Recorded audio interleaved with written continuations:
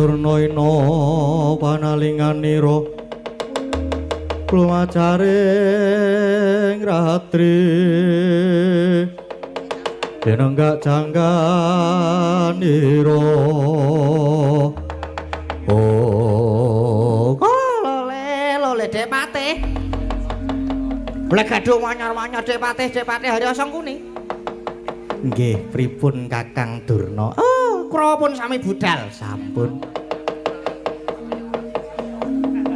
wis do budal sampun kawit wau pun ket wau lumarang wonten wana Krendayana nggih sampun ampun kuatir Kurawa sedaya sampun sami budal nggih syukur yen ngaten syukur Dek Patih margi niki pancen mundi dawuh anak Prabu Duryudana supaya ngawat-awati putu kula Lesmana Mandra Kumara nggenipun badhe tapa wonten wana Krendayana gayuh wahyu ning ratu nggih ning jane wong tapa laku prihatin niku mboten diawat-awati lho lah kok niki dadak diawat-awati niku jenenge ora laku prihatin pun ta mang manut mawon Lesmana nika bocah sing manja sing sajeke uripke ora tau prihatin mula kudu diawat-awati yen ngono yen ana bebaya apa-apa Kurawa supaya padha sabiyantu pun monggo pun ta awake dhewe ya kudu melu ngawat-awati Dek Patih nggih kula manut mawon pun kula manut monggo diawat-awati Kakang Durna ayo Dek Patih ayo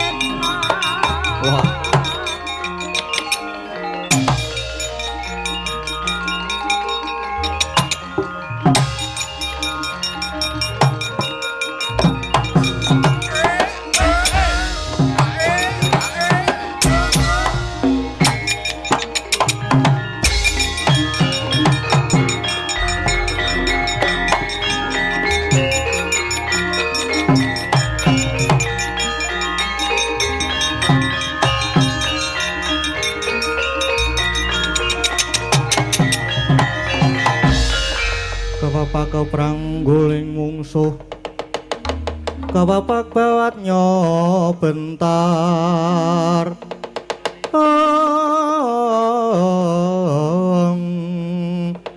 papakane ngaloko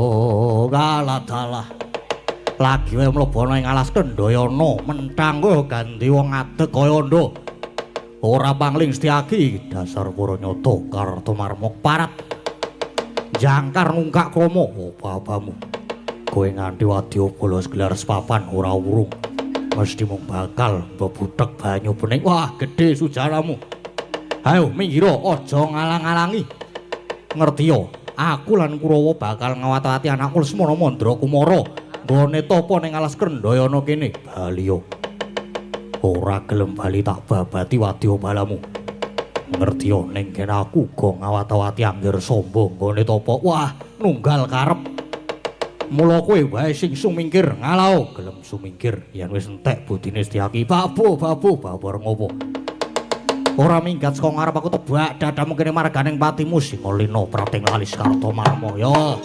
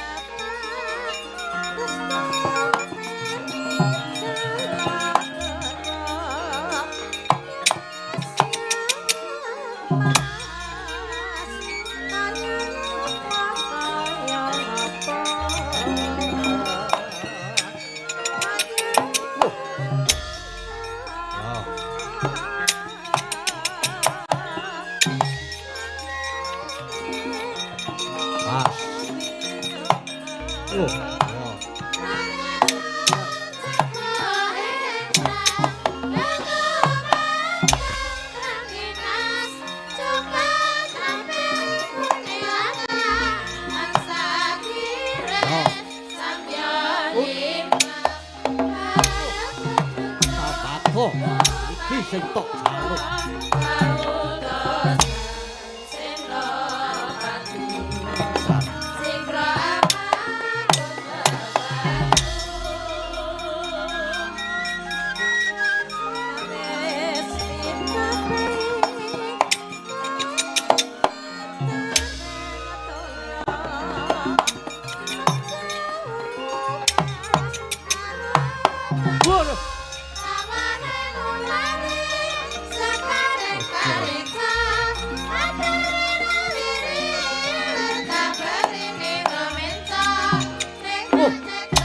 Apa-apa.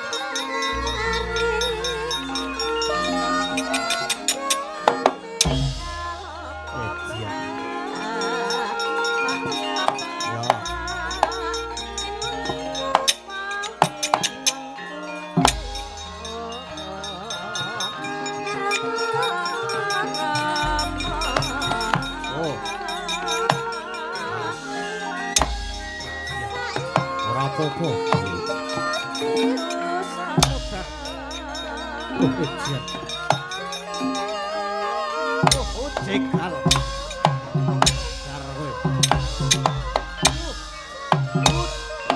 Waduh.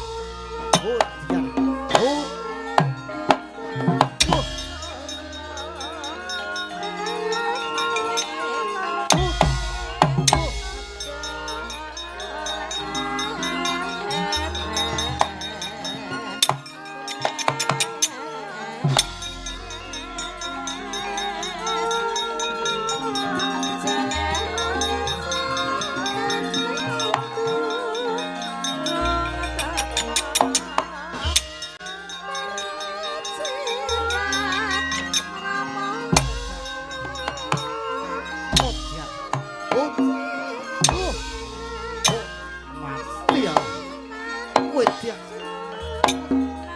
Foto sirahmu. Jong ikat.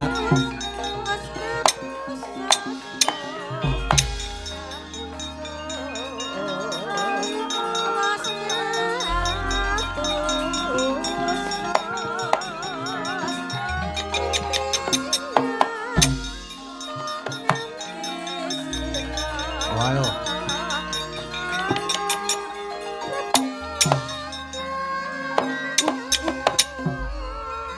Doi.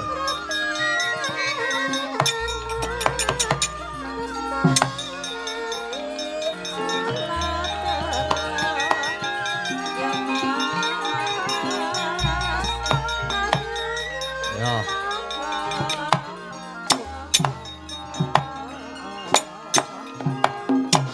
Wah, sangu godo.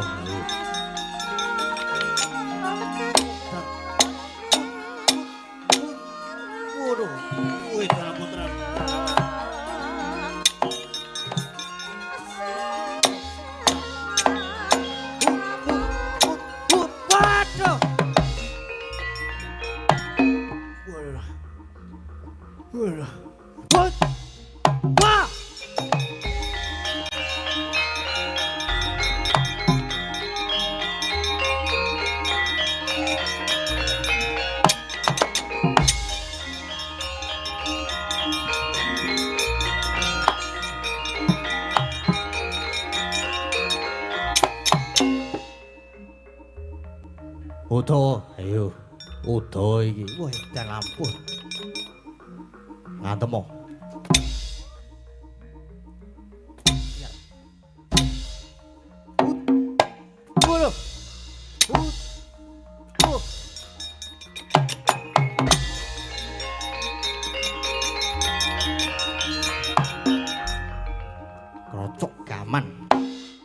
tumbak.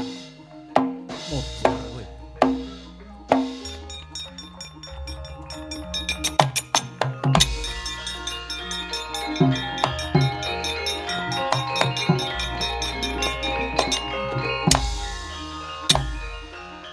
Ayo tibakno, tibakno.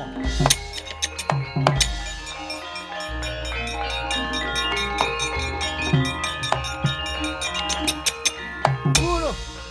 Uno. Modar. Modar. Dua.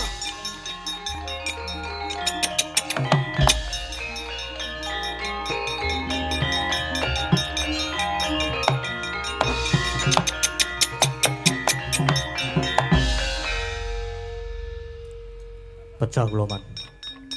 Edan. Ngapa? Mong Sastyaki. Wah, lah ya wis mundur. Kurawa ora tau iso menang nek kon musuh Setyaki. Mundur wae.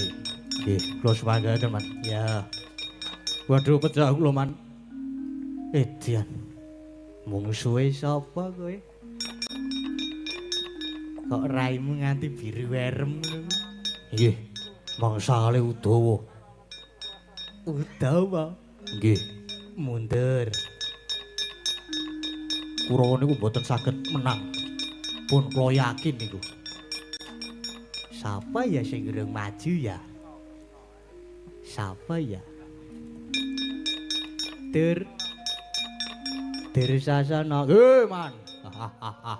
Rene yo nggih. Kedawan. Nyantol niki, Man. Halo babu, halo babu.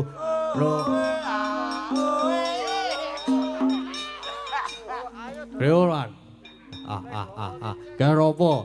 Maju perang. Mangsae sinten, Man? Setyaki. Wong cilik. Awake ora sepira. Wani mboten. Kok muni nek awake cilik ora sepira. Nggih kula kan nyatane mawon, Man. Nek kula nek kon maju nggih mboten saged menang, Gen. Sinten boleh musuh? Ana Udawa, Man. Iya. Musuh cah nekat wani ora? Mboten. Lah kowe iki wanine musuh sapa sih? Enten sik wedok mboten, Man. Nek enten ceweke kula wantun, Man. Estu niki. Nek cewek aku ya giyak-giyak. Aku ya gelem nek meng cewek kowe kok. Nggih kula cobine maju, Man. Ya kono dijajal. Lho, aduh, jenengan ngapa teng mriku to? Ini nonton tandangi Dursasana.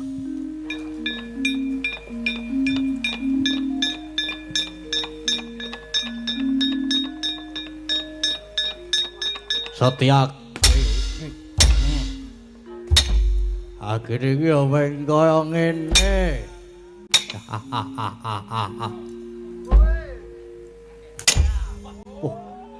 Wah males e. Ayo meneh.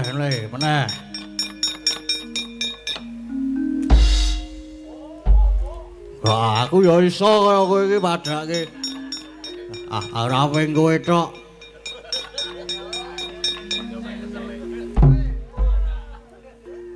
Radalah mundur.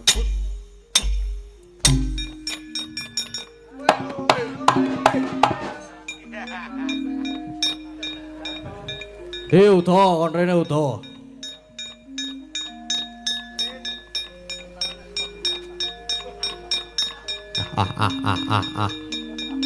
Bedap. Apa maju kowe? Ayo bertemu kembali. Biar sok dolan bareng kowe kok. Kapan bayarine? Wis kangen aku iki wis kok ngene iki. Aku wis ora kaya ngono kuwi meneh. Wah, ngapusi serangane ora gau nek ngono kuwi. Aku wis ora kaya ngono kuwi meneh. Karo bali wae. Rasik. Rasik kau. Man, piye? Mang mriku, Man. Ana apa? Ajeng dibayari Udawa apa iya? Apa iya? Mang mriku to nek mboten percaya. Arep dibayari apa? Apa nih? Alah. Dur sisi dur mau ngomong arep dibayari Udawa. Oh, arep tak bayari. Wah, aku ya melu. Iki lho bayare. Ah. Dur, Man pripun? Lega mboten Man diantem. Ngapusan jenengan. Alah. Kurawa kabeh kok ora ana sing jedak. Ora ana sing ampuh barbar blas. Man. Paman baca ya cengkunyi.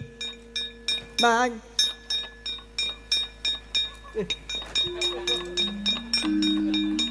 Pripun, Man? Ngapa kowe maju? Mboten kok. Dia mboten ajeng maju. Namung apa jenenge ngetok lah, ngetok. Gayane nek jaman cah iki ngetok, Man. Ngetok. Heeh. Nek ora ngetok ndak ora apa jenenge? Ora fire. Fire ki apa? Ora alah, apa jenenge niku, Man? Apa aku ya ora ngerti pun lali lho tak mlebu melih mawon. Alah. Kakang Durna, pripun Tek Patih? Mang mriki, Mak. Kakang. Pripun Tek Patih? Enten apa? Niki Kurawa kalah kabeh niku pripun? Oh, niku pun biasa, ampun kaget. Kula tinggal ngopi ya. Matke Kurawa perang ki do kalah kabeh wis biasa. Wis kulino. Ah saben-saben Kurawa arep gayuh apa wae kok mesti dibarengi Pandhawa. Oh niku pun mesti jenenge lakon Dik Patih. Ah ngene nek tur ora ana apa jenengane ora ana sing iso menang nek ora barengi Pandhawa ya barengi apa Dwarawati. Oh niku nggih pun lakon Dik Patih napa mleten Setyaki kula trima ndelik Dik Patih. Nggih. Saniki pripun iki pun to Dik Patih. Tak kira kok ora ana gunane ngladeni Setyaki kalih Udawa nika mboten enten gunane. Ibarat mung rebutan kemeri kothong pun mangdhawake kalih Kurawa kok penjalen nyimpang dalan. Oh nggih, kowe Kurawa Setyaki ora perlu dialeni prayogane disingkiri wae ning karo dalan.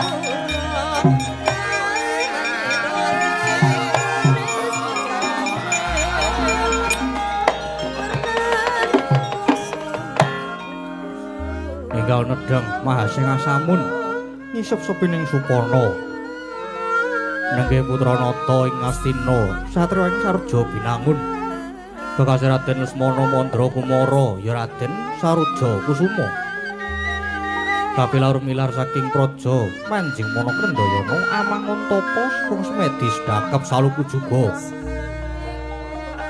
eling-eling nadyan Raden Lesmana putra Nalendra nanging datan nate lampah prihatin mila denya Manguntapa kaya datan manteng pangestine krana semua ajrih dhateng kawontenaning mono sekedap-sekedap unjal huswa sekedap-sekedap ngombe wedang putih sarwi dahar nyamikan parandene mangke saged nuwuhaken pangariba ingkang wonten ing kayangan Dandang Mangure dados sakala praptane Sang Pandya Betari Durga dewaning panggodha pangrencana anggugah Denya tapa dadi kegragapan Raden Lesmana wau.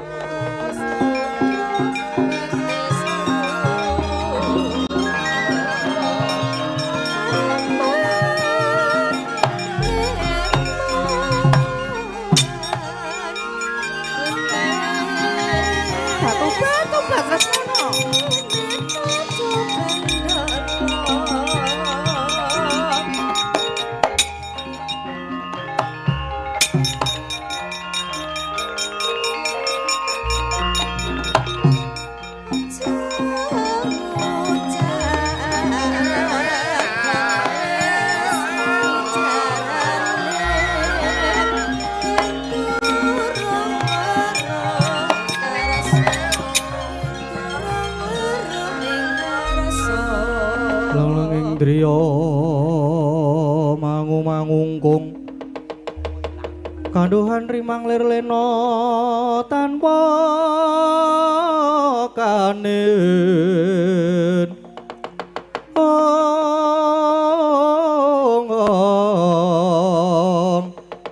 yen tulus mangku tiah utama Batu-batu lae-lae. Nganti gawe gegereng kayanganku dandang mangure.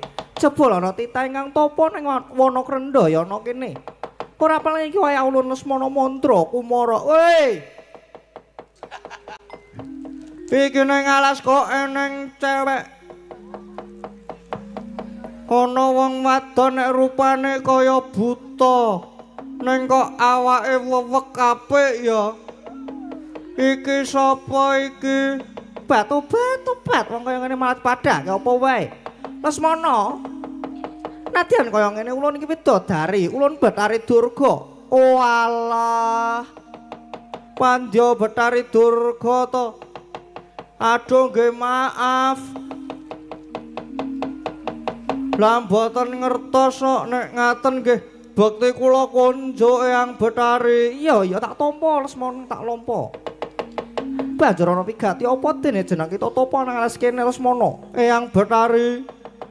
Gandeng kula niki anak ratu kula sesuk bakal dijunjung gumanti ratu ing Astina. Nanging kula kedah tapa riyin.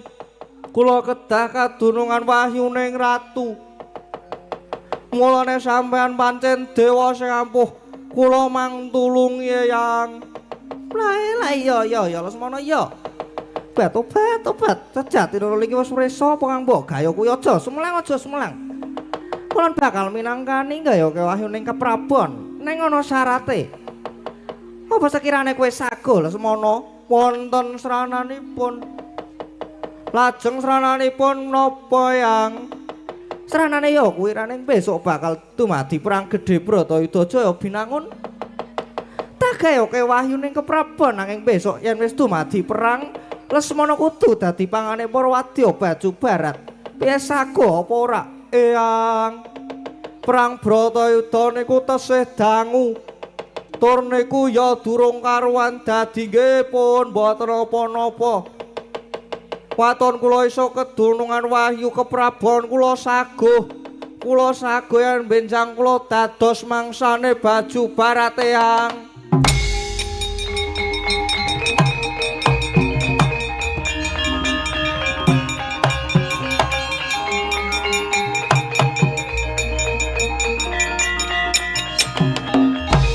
Batu-batu Lesmana.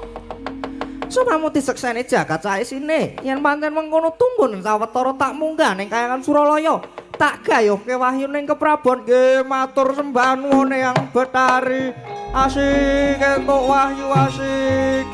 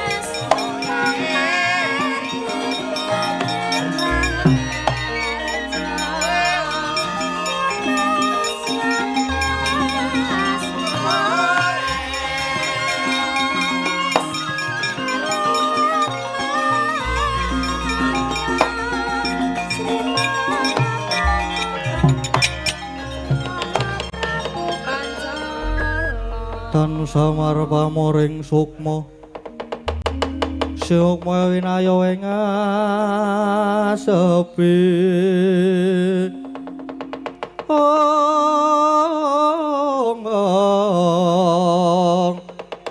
sirip mantalang ing kalbu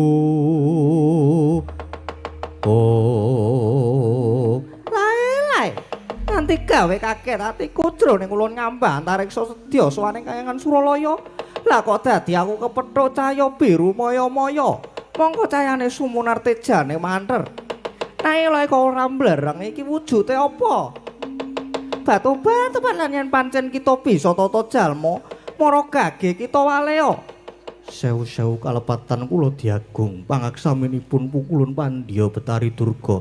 Batu-batu kita wis ngerti marang ulun. Nggih, kula sampun ninga dhateng paduka. Pukulun sembah pangabekti kula kunjuk. Ya tak tampa. Ndadekke bombong tias ulun banjur prasaja wae. Kita kuwi sapa? Nggih. Waleh-waleh menapa kula menika utusanipun Pukulun Sanghyang Jagat Girinata. Dene kula menika sejatosipun pangejawantahipun Wahyu Cakraning Rat Pukulun. Batu-batu kita Wahyu Cakraning Rat. Nggih. Yen ngopo bener kowe Wahyu ning Kalalendran utawa Wahyu Ratu? Kasinggihan mekaten.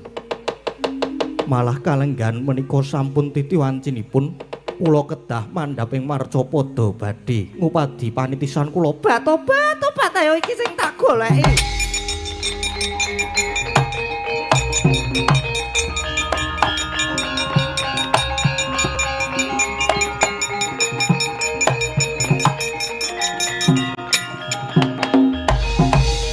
Batu-batu kepasang nyuda katujuh ngene. Cakraning Rat, nganti tarewang aku bakal swara ing kayangan, sejatine aku mung bakal nyuwun Wahyu Cakraning Rat. Tak suwun supaya gelem ngomongi marang putuku Lesmana. Mula rene nyatane saiki malah ketemu ana kene, kowe manuta. Tak suwun supaya gelem ngomongi marang putuku Lesmana. Pukulun nyuwun pangapunten paduka menika dewa. Mestinipun sampun pono dhateng pernatan bilih Wahyu tumedhak ing Marcapada menika boten dipun boyong kalian sinten-sinten.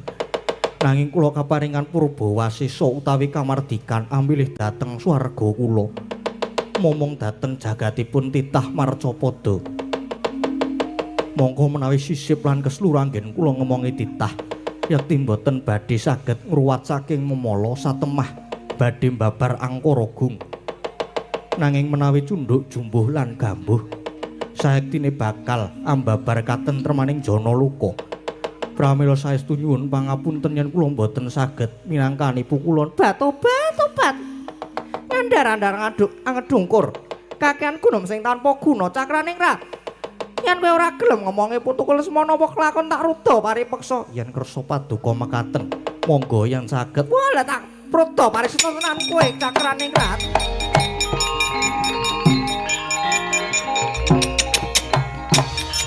Batu-batu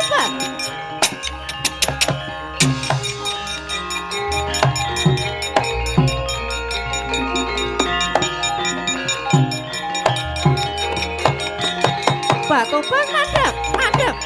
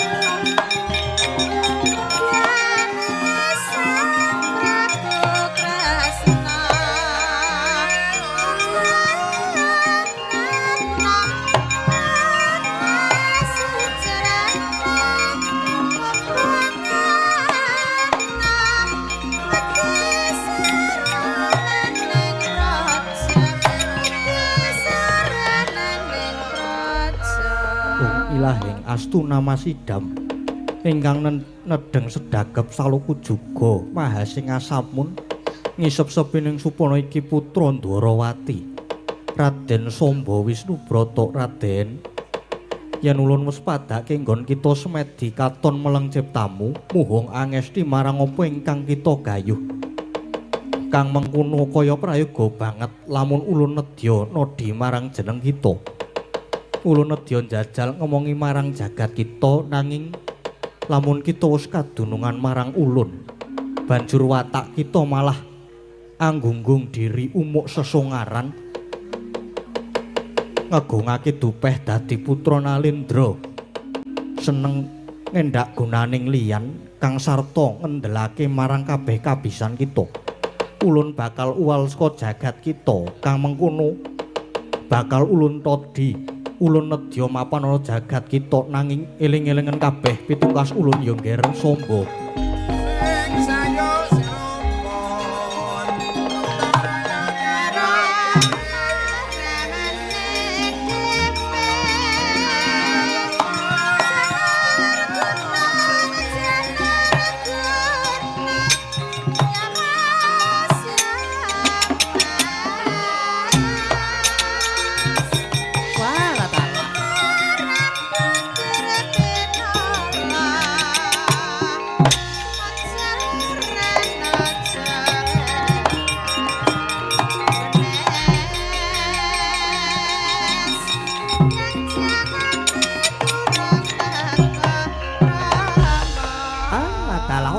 Nggonku ninggal kasatriyan Paranggaruda.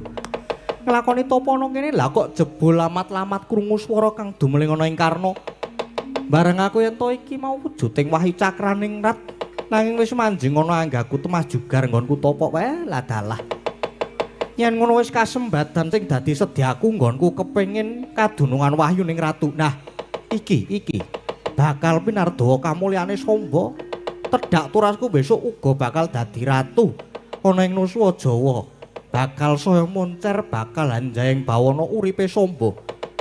Dasare aku saiki wis kedunungan wahyu ning ratu, mesti wae aku uga kasinungan kadigdayan linuwih. Dasare aku ki ya bagus. Sapa wae mulat karo Samba mesti bakal padha lirip. Wah, lah iki mengko yen aku bali ana Ndwarawati mesti bakal padha disubya-subya. Samba wis kedunungan wahyu, walah bakal kajen ngeringan. Lan aku bakal kondang Kajana Priya.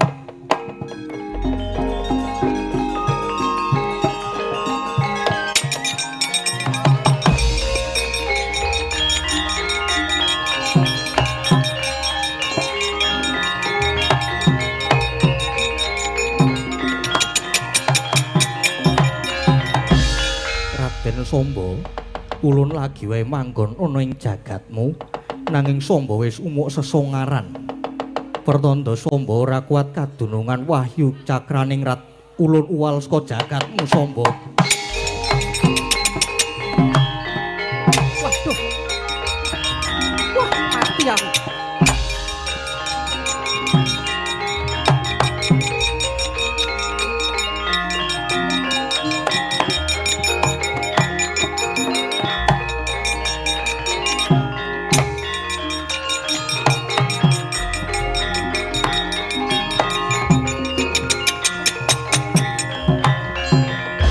Duh, Sang Wahyu, paduka badhe tindak pundi?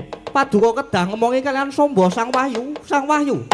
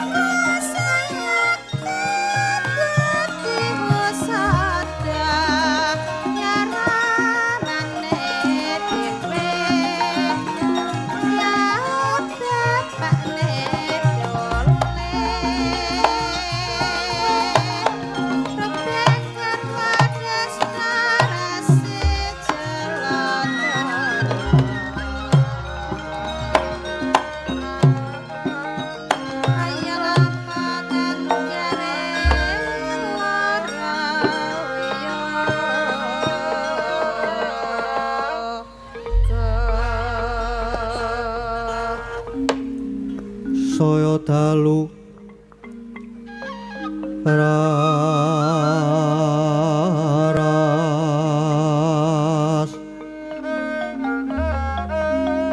apyor sorot lintang ganggu medap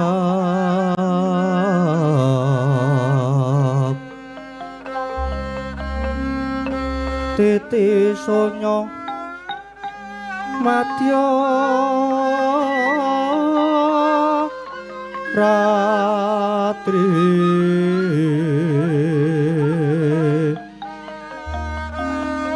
lumrang gandaning pus pita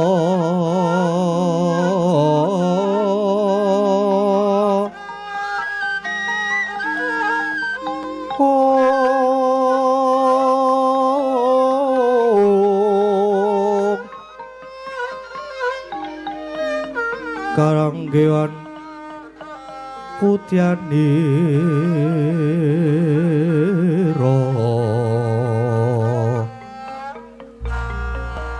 sang Dijawara ngrengeng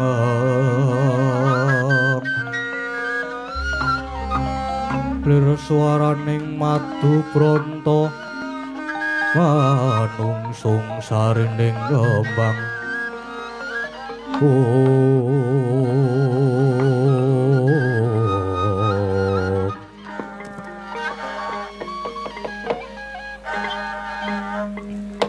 Sirping sangarko gumatosing dalu jroning ratri dereng wonten ingkang kacarita amung Sang Hyang Pertama ingkang jemedhul saking Brangwetan nadyan kalangan mega arsa gunung-gunung marandene bisa merbawani jagat raya dupi tata sing kamantian dewasane ana kawusa wancin wis ngancik gara-gara Sukra mangkara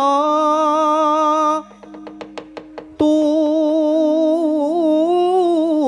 mendo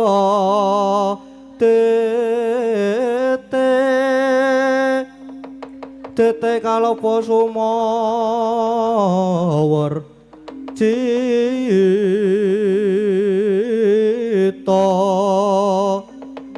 anggara rekata Buddha Maesaras Patimintuna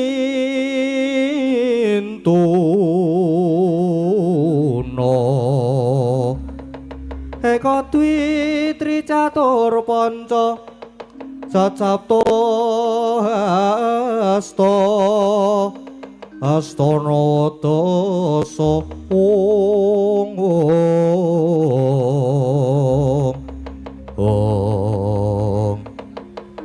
semanten perbawaning gara-gara nanging gara-gara ingkang dumading jahating pakeliran sakti amung kinarya ngurmati jemedhuling Parpat Punakawan Kelurah Semar Gareng Petruk semauna Kelurah Bagong ingkang samya gegojakan padhaning ora-ora mbok alon arire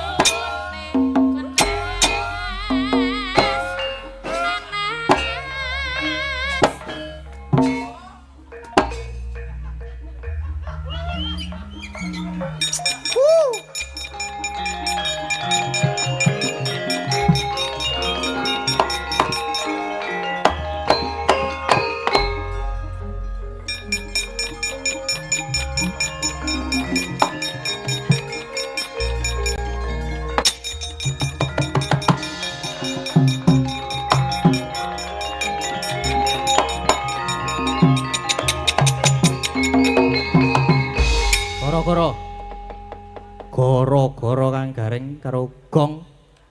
Wis tekan gara-gara gasik. Gasik. Ya ora, Ding. Setengah loro gara-gara. Heeh. Ora apa-apa.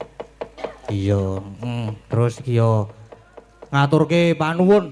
Alhamdulillah ya niki wis. Alhamdulillah aku njuk kersaning Gusti. Heeh, wis. Apa jenenge? Iki kelakon sowan awak dhewe sak kanca-kanca. Oh, apa, Gong? Ngaya genang niki kok. Sowan ana ngendi iki? Sono ning dusun Krandon. Sidamaya Godean. Oh, nglarak ngono. Heeh. Iki traktor lho iki, Truk. Apa iya? Heeh. Ora satu takon to, Truk. Aku ki mumet ta aku ki jane iki. Wis golek budrek barang lho aku iki mau. Sing penting ora ngombe butrek oke-oke. Heeh, ora apik ngono kuwi. Ha iya. Terus apa jenenge iki? Oleh ku mikir mau wis lali meneh, Truk. Ayo dieling-eling sik. Apa ya? Apa jal? Sik iki lho karo ngeleng-eleng lek ku mikir mau kae. Ku meneng bae iki mikir. Mbasan jedul ngene iki lali kok to. Jan apik tenan kok njaran kok. Ora njuk. Wah, aku ning transit mau maem sate aku, Truk. Sate. Sate. Enak satene. Lah kok karo kancaku bedes kae ditambahi laos. Tak klethake asem tenan kok. Marake wong kaget. Lah enak ora? Ya enak ngelih kok aku kok. Laos ya tetep tak mamah. Enak aku apa-apa tak mamah kok. Terus sakit, Truk. Apa tak mamah aku. Seneng aku nek kon mamah-mamah iki. Ha iya. Pamundutan, Truk, pamundutan. Iya, iso ana. Wis ana pamundutan apa ora iki mau? Iso ana. Piro ya? 15 wae ya, Gong. Oh, gundulmu. Wis ana loro apa pira ya mau? Wis ana loro. Iki ana jineman gathik glinding karo Setya Tuhu. Jineman gathik glinding karo Setya Tuhu. Heeh. Nek biasane gathik glinding ki Bu Wahyu. Lah, oh, terus nek nganune Setya Tuhune? Setya Tuhu ki sapa ya? Bu Wahyu meneh. Ya ora Bu Wahyu kabeh. Make. Make sapa make? Make Neti. Mak Neti. Iya, ya mengko sik. Heeh. Karo isih karo nggo ngulur-ngulur wektu ki lho, terus aku lali bahan-bahanku sing tak pikir ket mau ki. Wah, aku mau esuk ki wis jane ket mau bengi ki aku wis apa jenenge bingung. Lah bingung apa? Aku ki ndelok pamflet lakone Wahyu Cakraningrat to. Wah, kok ding Wahyu Cakraningrat yo. Terus aku goleki naskah to nang nggon anu apa nang nggon file. Nggon file tak wah iki ana Wahyu Cakraningrat Gading. Tak pencet jedet. Lah kok nggon sabutan to ora komplit. Lah jeblok sirahku to. Terus ya tidak lama kemudian aku WA Mbah Geter. WA Mbah Geter. Iya no. bengi-bengi tak WA, "Mbah. Nomere piro anu maksudnya apa? Apa jenenge? Nyuwun file anu Wahyu Cakraningrat, Mbah. Ora dibalesi. Mumet aku wisan. Aku wis bingung tenan aku. Ora dibalesi. Urung, bang iki ora dibalesi, biasane iki fast response. Apa? Fast response. Kalau sing membalas chat cepat fast response. Heeh, kowe jebul esuk-esuk balesi jebul kaca matane iki apa kacamatane iki ora usah dipisah nek muni kualat meneh lho kowe, Gong. Heeh. Karang yo ambegane entek kacamatane iki tugel terus. Terus dikirimke nang aku, lho le malah kacamataku tugel. Proposal ular. Ora terus apa jenenge aku ya wis ngematke saka chattingan dhuwur iki nggon kacamata tugel kuwi. Wis wedi aku, waduh iki nek ora ana lakone jeblok aku engko. Tak scroll medun, sup ana tulisane Wahyu Cakraningrat Gading. Aku ya alhamdulillah. Seneng aku terus tak penyet nggo naskah cetul. Tak waca kok waduh, iki apa iki? Tak waca-waca kok ana apa jenenge kuwi? Apa jenenge? Nggon anu ki lho. Garapane ki lho. Heeh. Ning untono buka YouTube ki ana. Dadi aku wis ora bingung meneh. Durung buka YouTube. Oh iya no, cah elektronik kene iki. Cah elektronik beto kae lho, apa maju iki lho. Cah apa jenenge milenial aku ki saiki. Ceklanku saiki laptop padake. Laptop gleleng aku saiki. Sego apa jenenge? Sego esuk tekan bengi ki nyetel lagu aku saiki. Nganggo sound horek kae tak. Apa jenenge tak sambungke ngono. Terus nyetel Mbah Geter. Jan nyamleng, terus bubuk manis. Jan gayeng tenan pokoknya terus ngisore meneh ana Mbah Geter ngecat meneh. Wis sesuk iki sanggitmu kepiye sing tanggal 24 lakon pendadaran Sukolimo to? Aku ya nggih Mbah ning mboten ngertos kula mboten gadah file. Kula namung gadah file TA, tugas akhir. Wah ya kuwi kurang le nek dienggo sewengi kuwi mung tekan gara-gara. Ngono kuwi. Heeh, terus Mbah Geter tidak lama kemudian to chatting lagi. Iki tak gaweke naskah sisan leh ku nglembur saka mau subuh tekan saiki entuk rong naskah lho le iki. Wah aku ya tepuk tangan aku mau dasan. Terus nganu dijokke apa sambutan-sambutan ngono. Ora ngono kuwi Gong, ora ngajar kowe iki. Ayo ora apa-apa, pisan-pisan. Mbak Geter ya kurang ajar. Ora, Ding. Nek nuruti sing rebab ki elek banget kok iki sono. Dosa aku nek nuruti terus. Tak golek pahala mah entuk dosa ya aku lho. Tambahan meneh. Bengkelas Kusna. Nggih, nyuwun langgam rengu sik nembang Mbak Ayu saking Pak Mardio. Oh nggih, siap. Kedap nggih Pak, nggih niki dereng rampung li crita. Terus bahas kacamata lho niki. Terus gak di apa jenenge digawe story iki lho. Digawe story kacamataku tugel iki wangku ya taklime aku ya mbaten kok ora dilas sisan to, Mbah. Nek dilas lak malah paten, malah apik. Apa iki lho dilasne gone iki bengkel Las Kusna iki lho, Mbah. Karuane malah kenceng lho mengko mbane ora iso ditekuk sing siji. Maksudnya piye, Mas? Ha iki lho kacamatane dilas. Ora usah benjang kula nganu, Mbah. Benjang teng optik kalih kula, Mbah. Tenan.